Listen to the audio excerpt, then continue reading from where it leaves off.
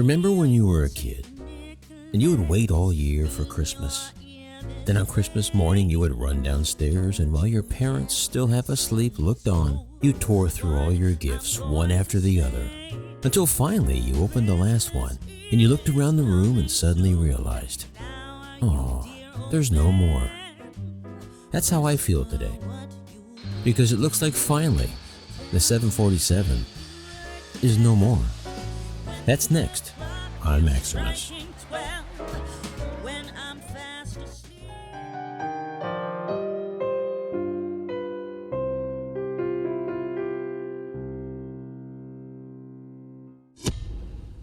Real quick before we start, if you enjoy the content here in the channel, please don't forget to subscribe.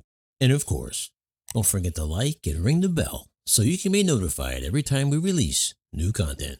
Thanks for watching. Reuters is reporting that as long as a year ago, Boeing and its suppliers have agreed on a final parts order that will usher in the end of the line for the Queen of the Skies. The average person may not be able to tell the difference between an Airbus or a Boeing, but I bet everybody you know can identify the Boeing 747 immediately by her quintessential hump, long body, and those iconic four big engines. It's hard to believe now in its 51st year, but the 747 stirs just as much emotions in people today as the first day she rolled out of the factory. Sadly, however, it seems the turbulent year of 2020 also will hasten the end of the 747 as well. Before the virus struck, many airlines were planning to phase out most, if not all, of their passenger 747s. However, these retirements were going to be seen as celebrations of the Queen of the Skies, and were sure to see much fanfare with special goodbye flights planned by airlines in her last few years. Instead, with the global aviation machine grinding to a halt at the hands of the worldwide pandemic, most of these celebrations have been quietly canceled as airlines fight for survival in 2020. So the 747 being a more expensive plane to fly, and with retirement on the horizon anyway, it also became a casualty of the year 2020. As a result, all but a few disappeared from the commercial passenger market altogether. KLM retired their entire fleet of 747s in May. They weren't scheduled for retirement until the end of 2021.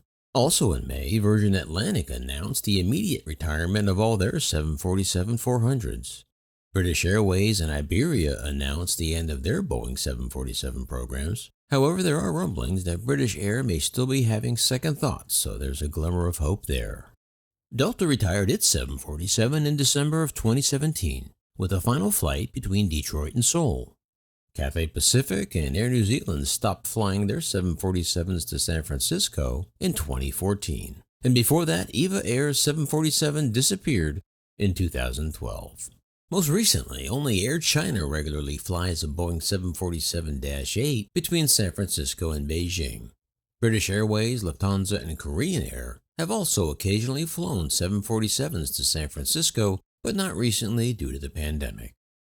The last order for a passenger version of the 747 came in 2017, when the United States government ordered two 747-8s to replace its aging Air Force One fleet, which of course is used to transport the President of the United States all around the world. I know a lot of you are always thirsty for specific details on stories like this. However, Boeing declined to confirm it was actually ending the 747 program, so I'm limited to various news sources on this announcement. However, it's no secret that the 747 passenger program was coming to an end, but the industry couldn't have imagined a year like 2020 and thought they had more time to say goodbye to the Queen of the Skies. However, it's not all bad news for 747 lovers, because while she may be disappearing from passenger gates and you won't have many chances to fly her, you will definitely be able to see that iconic hump in the sky for years to come. That's because there's been a surge in air freight traffic in recent years. None more so than this year, and that has increased demand for the 747-8 freighter version, boosting sales of the aircraft. Reuters quotes a Boeing spokesman saying that at a build rate of half a plane per month, the 747-8 freighter program has more than 2 years of production ahead of it in order to fulfill Boeing's current customer commitments. We will continue to make the right decisions to keep the production line healthy and meet customer needs, he added. Well, if you follow this channel, you have to know how much I personally love this airplane. In 1968, when the Boeing 747 was introduced, the aviation world was changed forever. For 50 years, the 747 has been turning heads all around the world. And in my opinion, it is the best and sexiest aircraft the world has ever seen. And Airbus or any other plane maker hasn't made a plane that even comes close. Well, that's it for me. How about you? Share your 747 stories down below. Don't forget to subscribe, like, share, and ring the bell so you can be notified every time we release new content. And as always, remember, leave the rubber on the runway and your troubles on the ground. And I will see you next time in the air. Yeah, this is Maximus.